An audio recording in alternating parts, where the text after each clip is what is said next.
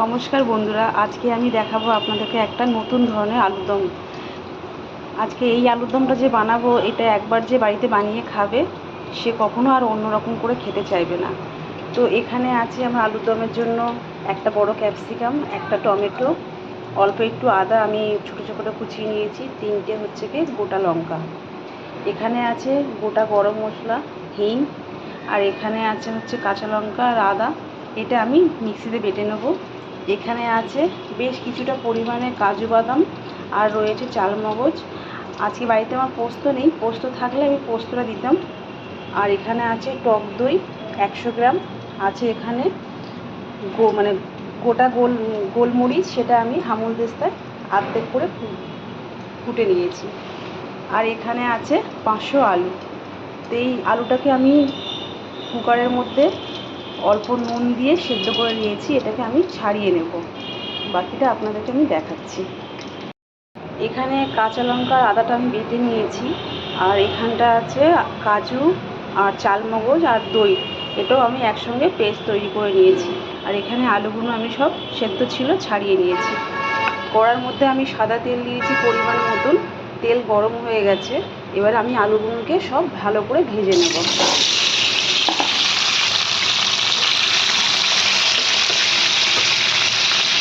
এটা একদম নতুন ধরনের আলুর দম। তো আশা করি এই আলুর দমটা আপনার বাড়িতে বানিয়ে খাবেন, তো অন্য রকম আলুর দম খেতে আর ইচ্ছে হবে না। এটা এতটাই টেস্টি, এতটাই সুস্বাদু হয় যে এটা পুজো বাড়িতেও আপনারা বানাতে পারেন। আর এই আলুর দম তো লুচি, পরোটা, ফ্রাইড রাইস সবেতেই চলে। খুবই টেস্টি হয় আলুর দমটা খেতে।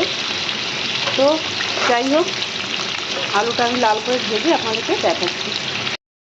আলুটা লাল হতে হতে আমি এদিকে আর একটা কড়াই বসিয়ে দিয়েছি। এই কড়াইয়ের মধ্যে আমি দিয়ে দিচ্ছি ঘি।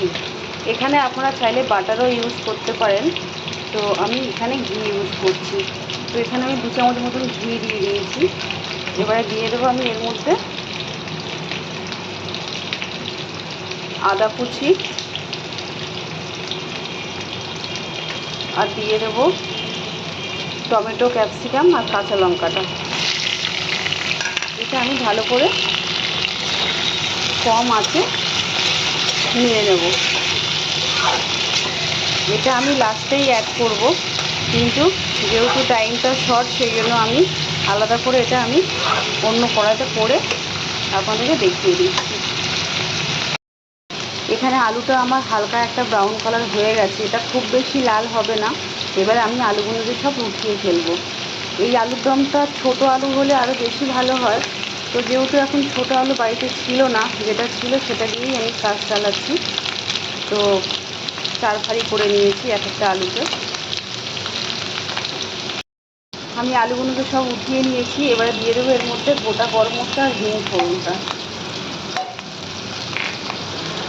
এই ফোড়নটা খুব ভালো করে হবে ভাজা ভাজা।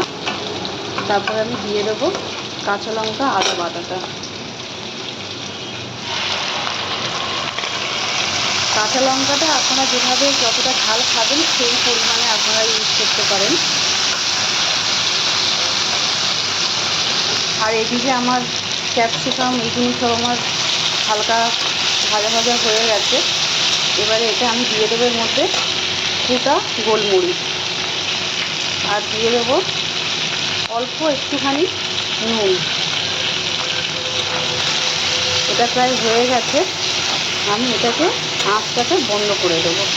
এটা আমি লাস্টে আমি অ্যাড করব। এখানে কাঁচা লঙ্কা, আদা আর এই পেস্টটা ভাজা ভাজা হয়ে গেছে।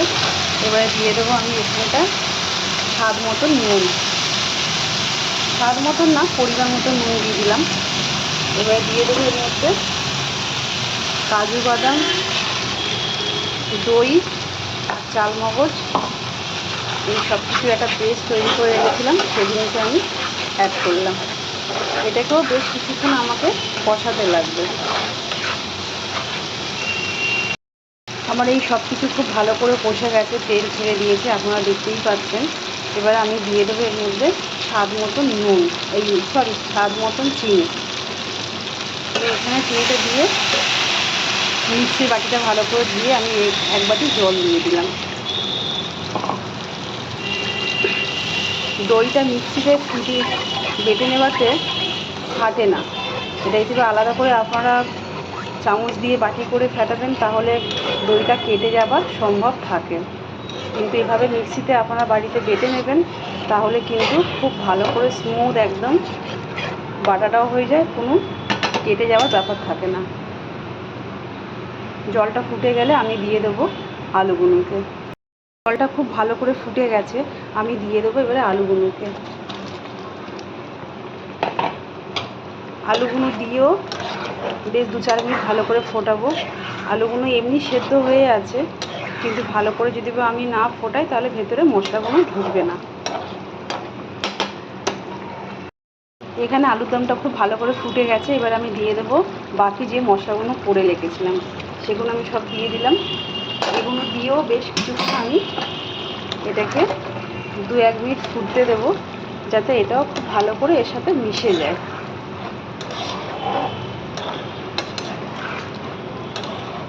দেখতেই পাচ্ছেন কত সুন্দর কালার এসছে, খুবই টেস্টি খেতে হয়। আপনারা বাড়িতে প্লিজ একবার বানিয়ে খেয়ে দেখবেন, আশা করি আপনাদেরও খুব ভালো লাগবে। পুরো ভিডিওটা আপনারা দেখবেন আমার, তাহলে বুঝতে পারবেন যে এটা কত লোভীয় সুস্বাদু খেতে হয়। আলুর দমটা প্রায় হয়েই গেছে, এবারে আমি নামাবার সময় এইটাকে দিয়ে দেবো। এখানে আছে অল্প একটু চিলি ফ্লেক্স আর আছে অল্প কাসুরি মেথি, এই সবগুলোকে আমি ওপর থেকে দিয়ে দেবো। কাসুরি মেথিটা একটু হালকা আঁচে নেড়ে নিয়ে হাতে করে গুঁড়ো করে দিলে খুব ভালো গন্ধটা হয়। তো এই সব কিছু আমার পুরোপুরি হয়ে গেছে, এবারে আমি এটাকে নামিয়ে ফেলবো। তো বন্ধুরা দেখতেই পাচ্ছেন আমার আলুর দমের নতুন রেসিপি পুরোপুরি রেডি। দেখতে কত সুন্দর কালার হয়েছে, ঠিক বাড়িতে এভাবে আপনারা বানিয়ে খেয়ে দেখবেন, আশা করি আপনাদেরও খুবই ভালো লাগবে। ভালো লাগলে লাইক করবেন, শেয়ার করবেন। আজকে আমি এখানেই শেষ করছি, ধন্যবাদ।